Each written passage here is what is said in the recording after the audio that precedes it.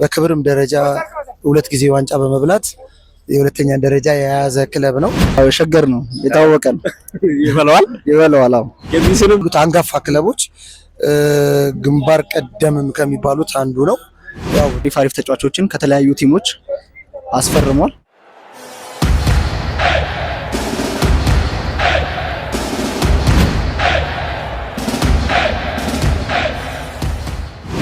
በመጀመሪያ ደረጃ ስምሽን ንገሪኝ። ስሜ ኤርሚያስ ግርማ ይባላል።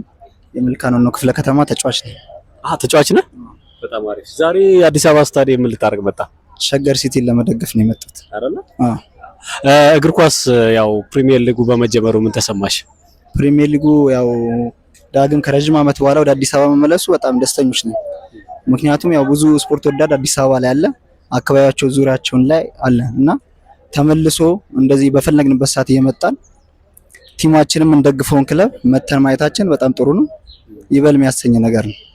ጊዮርጊስንም ቡናንም ይበልጠዋል። አዎ ሁሉንም ሊጉ ላይ ያሉትን ይፎካከራል፣ በደንብ ይፎካከራል ብዬ አስባለሁ። ምክንያቱም ጊዮርጊስና ቡና የኢትዮጵያ ትላልቅ ቲሞች ናቸው።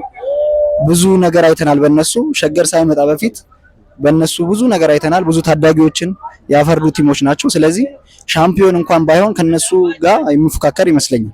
በጣም አሪፍ። ስለዚህ መልካም እድልና ለደጋፊዎች እስገለጽላችሁ። መልካም የውድድር ዓመት ለደጋፊውም ለተጫዋቾችም ለክለቦችም እንዲሆን እመኛለሁ። አመሰግናለሁ።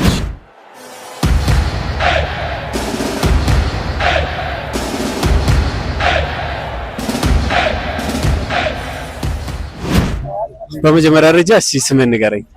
ስሜ አንዱዓለም ወርቁ ይባላል። የኢትዮ ኤሌክትሪክ የደጋፊዎች ማህበር ሰብሳቢ ፕሬዝዳንት። በጣም አሪፍ።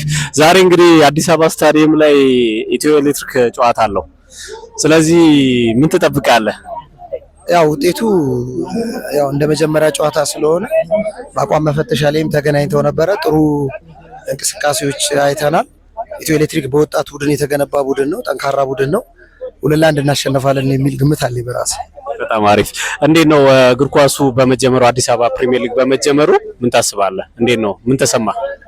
እጅግ በጣም ተደስቻለሁ። በተለይ የአዲስ አበባ እግር ኳስ ፌዴሬሽን እና የአዲስ አበባ ከተማ እግር ኳስ አወዳዳሪ አካሎች ከኢትዮጵያ እግር ኳስ ፌዴሬሽን ጋር በመተባበር ተነጋግረው ወደ አዲስ አበባ በማምጣታቸው እንዲሁም በሲቲ ካፑ ላይ ጥሩ ነገሮች ስለታዩ እግር ኳሳችን የአዲስ አበባ ወጣት ከኳስ የራቀበትን እይታ የማየት እድላችንን ስላገኘን በጣም ትልቅ ነገር ነው ብዬ አስባለሁ።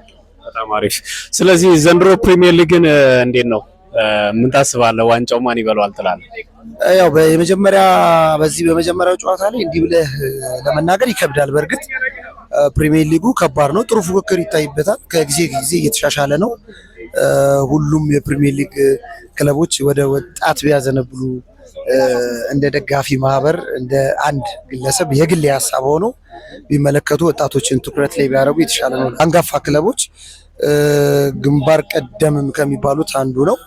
ያው በክብርም ደረጃ 2 ጊዜ ዋንጫ በመብላት የሁለተኛ ደረጃ የያዘ ክለብ ነው።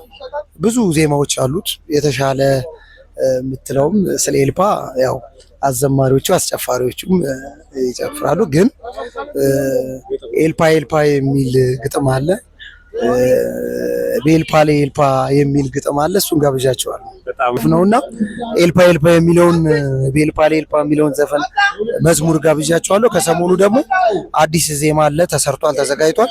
ደጋፊ ማህበር ጠንከር ብለን በጋራ ኢትዮ ኤሌክትሪክን ወደ ቀደምት ታሪኩ ለመመለስ በጋራ እንሆናለን። አመሰግናለሁ። እኛም በጣም እናመሰግናለን።